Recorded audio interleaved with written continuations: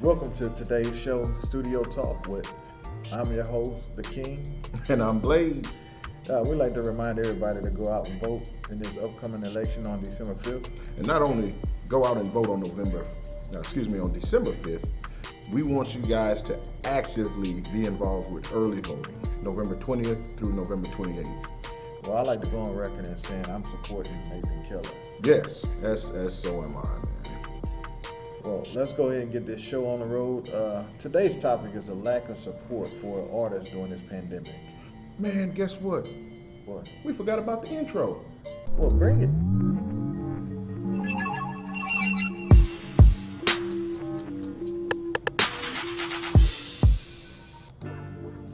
All right. We are back. So, back to what we said, the lack of support for artists in this pandemic. Yes. What are your thoughts? Well, my thoughts are, during the pandemic, of course, we can't do any performances. No live shows, no gatherings. Right. And that kills a lot of the financial momentum for these artists out there.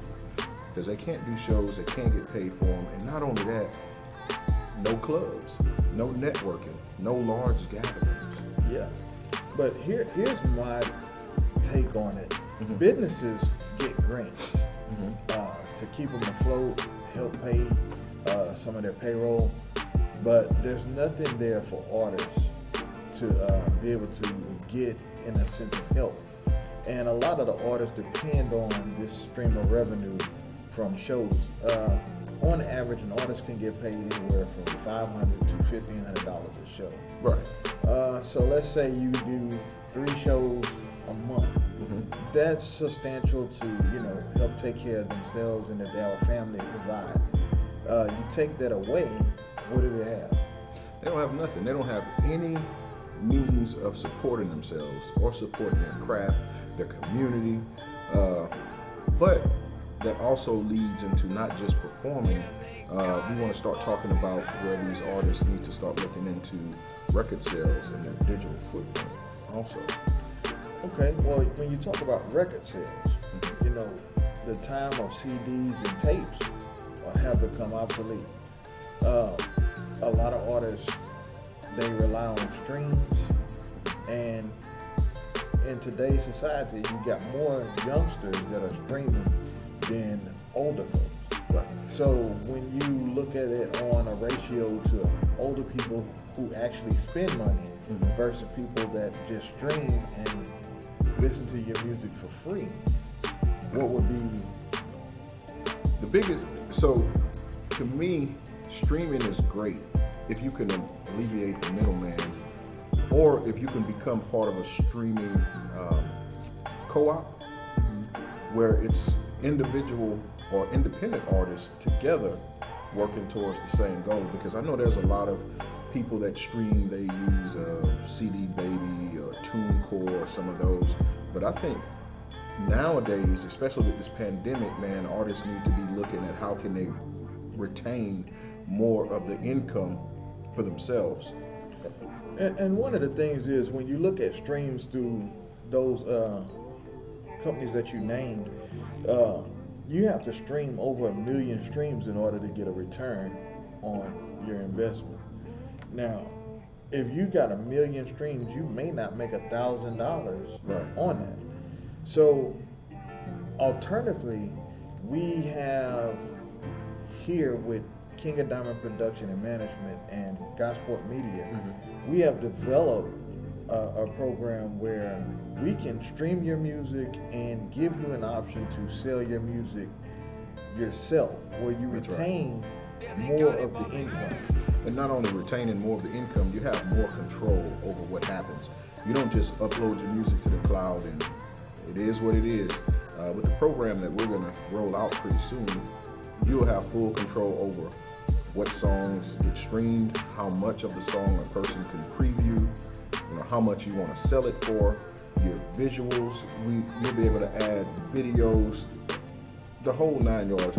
It'll take a full circle marketing. and you'll be in control of that every step of the way. You don't just send your music off to somebody or send your visuals off to somebody. You actually have a place where you can come and sit down with someone to get your music uploaded, to get your visuals uploaded, that can walk you through the process. And not only with just that, just the music business in general. And I know a lot of guys are looking to learn their craft. Right. Because I've always said that you can't wake up one morning and say, I'm gonna be a plumber.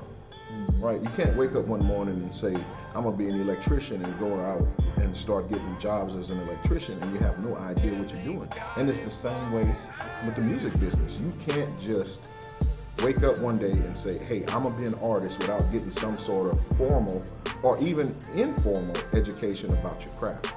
Yeah, and one of my jobs as a manager and a promoter, what I like to do is maximize the revenue that you're able to obtain in these events.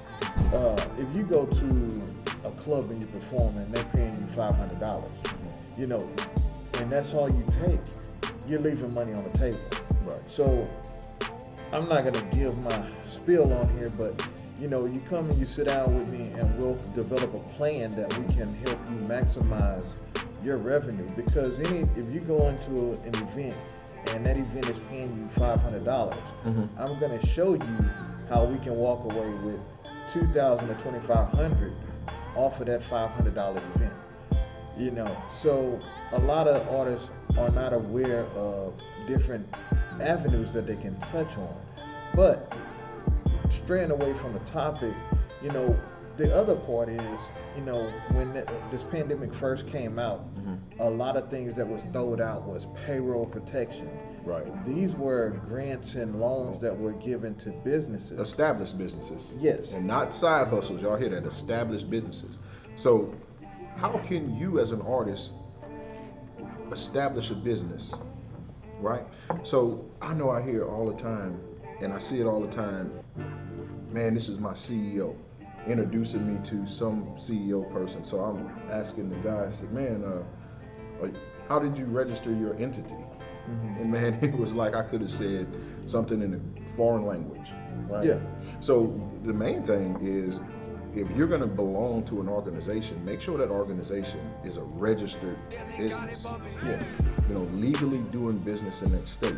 And that way, whenever these business grant programs come out, the payroll protection program come out, you can take advantage of it. Well, see, and it's kind of easy in that sense, but it's not.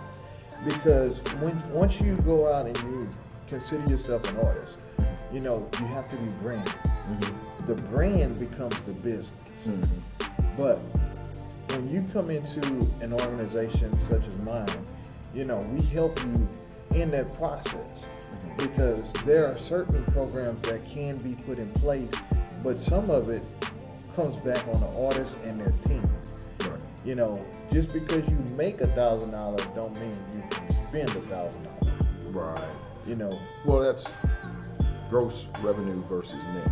And that's another thing. A lot of guys don't know the difference between gross and net. They don't know about how to subtract what it's going to cost to actually promote a project, what it's going to cost to produce it.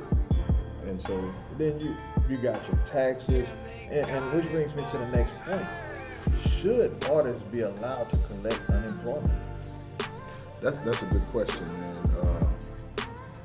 I would say if they are actively paying into it, I think they should be able to get it. Because it's a job.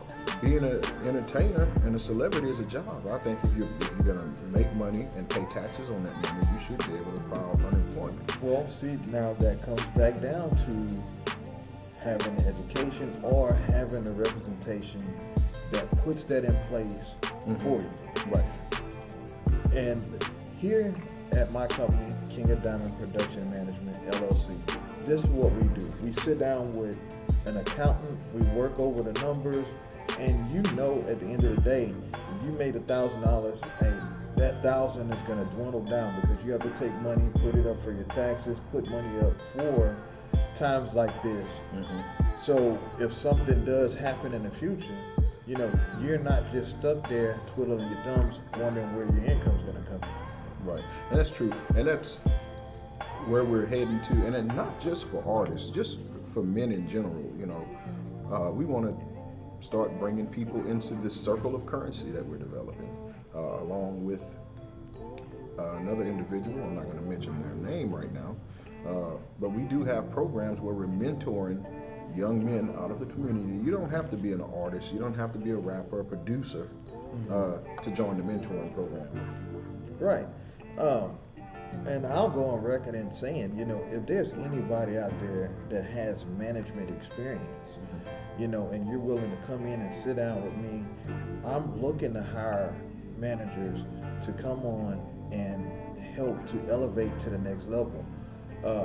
But, you know, it's not a game. You know, I take everything, my time, and my money seriously.